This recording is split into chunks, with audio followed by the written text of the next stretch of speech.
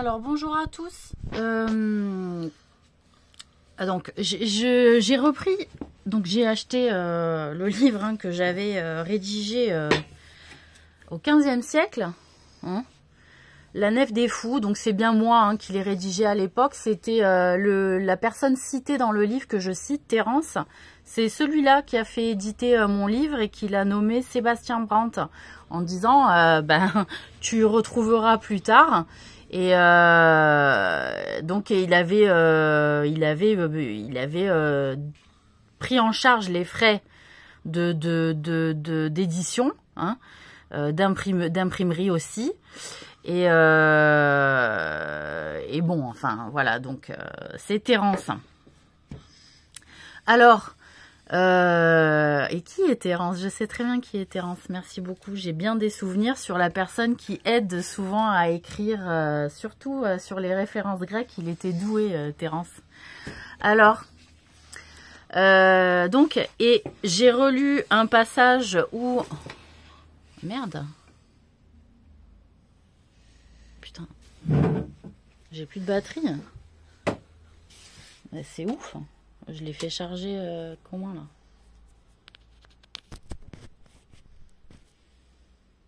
Alors. Bon. Donc j'ai plus de batterie. Et ben je vais la faire debout, la vidéo. Alors, il y a un sujet qui est abordé dans La Nef des Fous. Évidemment, c'est, vous savez, les croyants, les croyants ou les non-croyants ou les gens qui demandent pardon. Voilà, à l'époque, ils se mettaient un seau avec de la graisse d'âne dedans. Alors, je sais plus à comment ils s'en servaient, mais ils se mettaient un pot autour du cou et après, ils sortaient avec, montrer qu'ils avaient demandé pardon à Dieu. Ça me faisait mourir de rire parce que c'était un péché d'ostentation de montrer comme ça qu'on avait demandé pardon. Tu demandes pardon, en gros. Bon, fais-le chez toi, fais-le discrètement. Mais on riait, voilà, c'est des gens, j'ai demandé pardon à Dieu, mais bon, il m'a fait comprendre qu'il s'en fichait des péchés, bon voilà. Mais il y avait à l'époque du 15e siècle quelque chose qui était dit parce que les gens se demandaient comment Dieu allait juger, s'il allait créer l'enfer, puisqu'il disait dans ses livres que si on demandait pardon, si on lui demandait pardon, il pardonnait.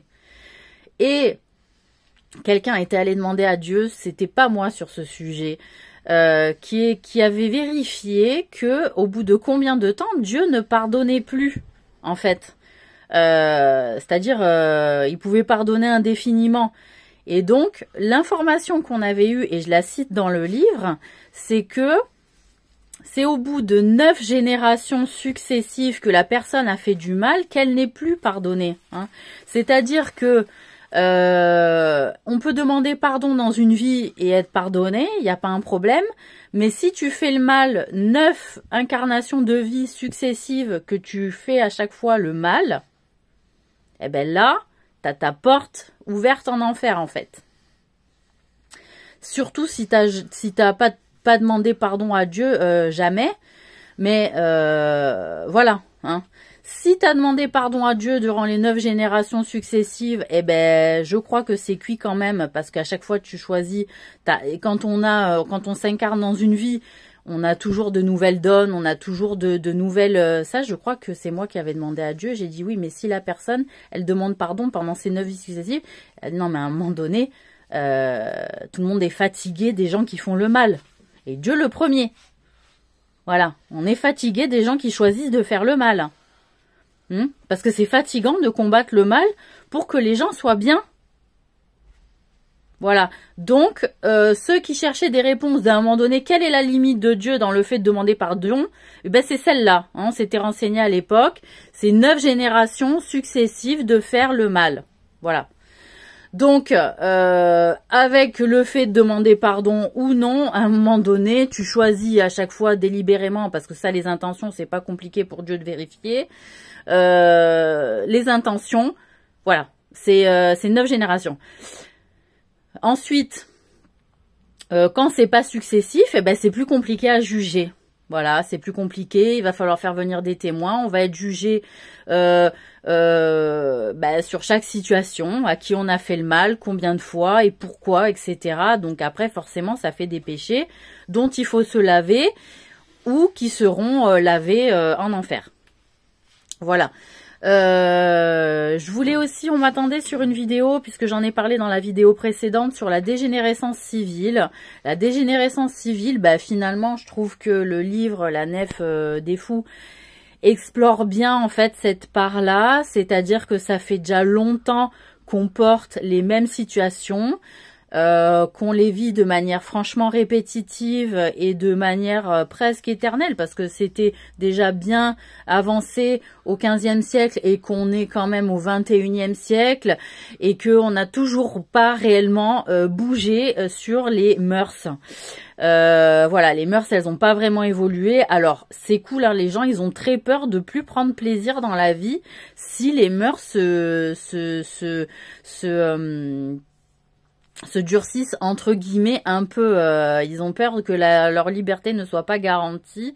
C'est juste que c'est une volonté de vouloir développer des mœurs beaucoup plus respectueuses et plus bienveillantes, et pas pousser les gens à faire en réalité ce dont ils n'ont pas réellement envie.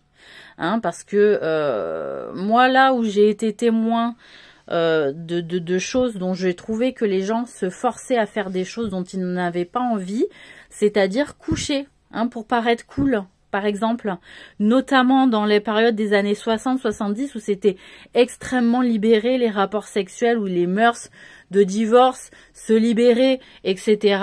Donc là, j'ai envie de dire, il était grand temps de le dire, hein, qu'il y a quand même pas mal de femmes, que quand tu pousses un peu la discussion de leur côté, ouais, en fait, je l'ai fait, mais j'avais pas vraiment envie, j'étais pas vraiment prête, donc du coup, j'ai pas vraiment aimé, donc du coup, j'ai pas envie de revoir la personne, etc. Et que les personnes en face, elles ne comprennent pas forcément, hein. Donc, parce qu'en réalité, on a l'impression que c'est cool. Oh, mais allez, vas-y, allez, mais détends-toi, vas-y, c'est cool, ouais, t'as raison, je vais me détendre, ouais, mais en fait, elle est pas détendue, elle est pas si bien que ça. Et en fait, il y a de l'influence de la part de la personne.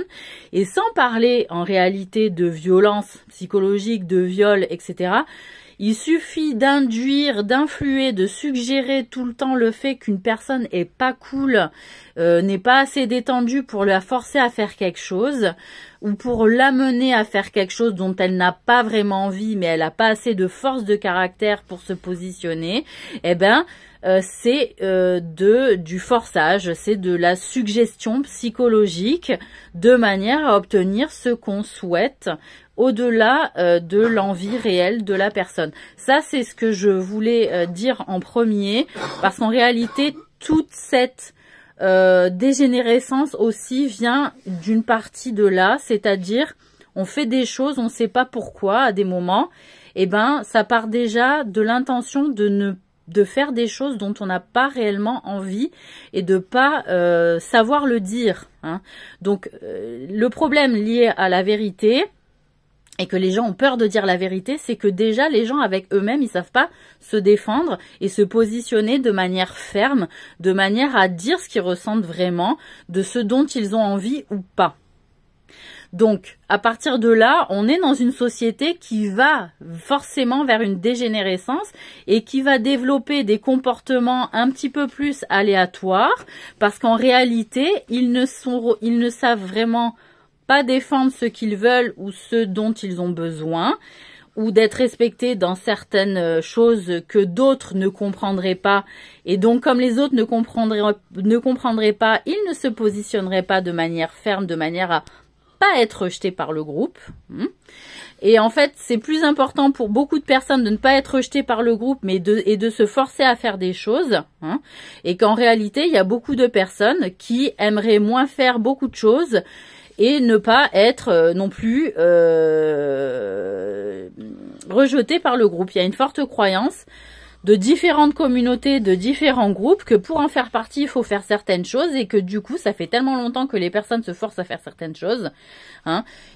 J'ai envie de dire, il y a l'exemple aussi, je suis désolée d'en parler, des orgies. Hein. Les orgies, moi j'en ai vécu une à l'époque égyptienne, hein, vraiment il y a très longtemps.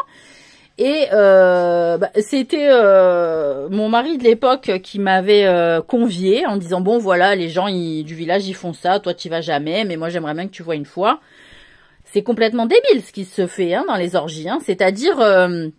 il y a chaque personne dit oui bon alors maintenant vous allez faire ça, voilà, donc t'as 15 personnes qui font une débilité que l'un ou l'autre a cité. J'ai envie de dire ça part de là, de pas faire les choses comme on le veut, comme on l'entend, c'est-à-dire on fait les choses pour faire plaisir, pour faire comme le groupe, faire le truc débile en plus de nuit où les gens sont fatigués, les trucs sexuels où les gens c'est répété et à force de niquer tous ensemble, ils le font par habitude mais plus vraiment par kiff et par plaisir, ils sont obligés de venir chercher des bouts de peau chez moi pour avoir un semblant d'orgasme. J'ai envie de dire stop quoi, stop la connerie. Donc voilà, donc la dégénérescence elle part de là. Hein, du fait de pas arriver à se positionner par rapport à soi et à défendre son propre soi, c'est-à-dire ce qu'on veut, ce qu'on est et ce dont on a besoin. Ce qu'on veut, ce qu'on est et ce dont on a besoin. Le respect, la bienveillance envers soi-même, c'est la première chose qu'on doit faire nous-mêmes.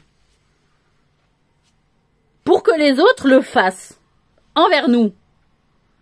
Donc là, voilà, à partir de là où là c'est pas fait, ouais, il y a une dégénérescence. Ouais, il y a du handicap. Oui, il y a des problèmes qui ressortent parce qu'on va faire des nœuds et des embrouglios. Tout ça parce qu'on n'arrive pas à ouvrir sa bouche pour dire les choses clairement de ce qu'on veut, de ce qu'on veut pas, parce qu'on sait pas, parce qu'on est perdu, parce qu'on n'a pas pris l'habitude, parce que les parents aussi, beaucoup, n'éduquent pas leurs enfants à se rapprocher de ce qu'ils sont en leur propre essence. Et là, c'est un péché dans l'éducation, hein, de pas aider les enfants à se rapprocher de leur propre essence de manière à savoir ce qu'ils veulent. Bon, de plus en plus maintenant de parents le font parce qu'on a tellement été des fois détériorés, hein, à faire les choses pour faire plaisir aux parents. Il y a eu de grandes avancées en termes de psychologie, de respect des droits de l'enfant, etc. Faut le dire. Par contre, en termes d'adultes, eh ben parfois c'est bien beau, on fait parler les gosses, on trouve ça mignon, et puis une fois qu'ils grandissent un peu, c'est oh maintenant tu fermes ta gueule. Voilà, tu vas faire comme nous, tu vas faire comme tout le monde, tu vas te la fermer, tu vas encaisser. Ben en fait non, l'idée c'est de toujours rester proche de son naissance, qu'on soit gosse, adolescent ou adulte, et d'être capable de le défendre. On est encore plus adulte, épanoui, réussi et posé, et bien dans ses baskets, quand on arrive à le faire à un âge avancé. Quand on est toujours dans le jeu des apparences, à 40 balais, à 50 balais, qu'on est là encore à faire plaisir à 40 balais, à 50 balais, je dis, oh, dégénérescence, il y a un problème. Donc après, on est amené à faire des trucs bizarres dans la société pour se donner une forme de prestance. Et un statut et un but, etc. dans la vie, alors que pour la plupart, les gens sont passés à côté d'eux-mêmes. Voilà. Donc, dégénérescence civile, à mon avis, il va y avoir quelques vidéos là-dessus. Là, pour l'instant, premier sujet, lourd. Et je vous invite à méditer fortement la question auprès de vous-même. Hein. Voilà. Donc, bonne journée à vous et bonne semaine.